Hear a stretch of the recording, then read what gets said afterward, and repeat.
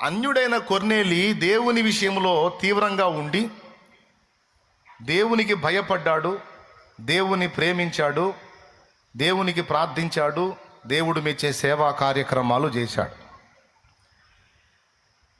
అదే అన్యుడైన నా విషయంలో ఇతడు ఇంత తీవ్రంగా ఉన్నాడు గనక ఇతని విషయంలో నేను స్పందించాలని ఏం చేశాడో తెలుసా? తన దూతనే కొర్నేలి దగ్గరికి పంపించాడు.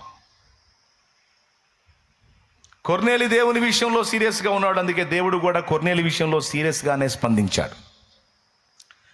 దూతను పంపించి ఏ మాటలు విని రక్షణ పొందుతాడో ఆ మాటలు ఎవరు చెప్తారో ఆ వ్యక్తిని పరిచయం చేసి కొర్నేలిని ప్రోత్సహించి వచ్చేటట్టు దూతను పురమాయించాడు. దీన్ని బట్టి మీకు ఒకటి అర్థం కావాలి, దేవుని విషయంలో మనం ఎంత సీరియస్గా ఉంటామో దానికి డబల్ సీరియస్గా దేవుడు మన విషయంలో ఉంటాడు.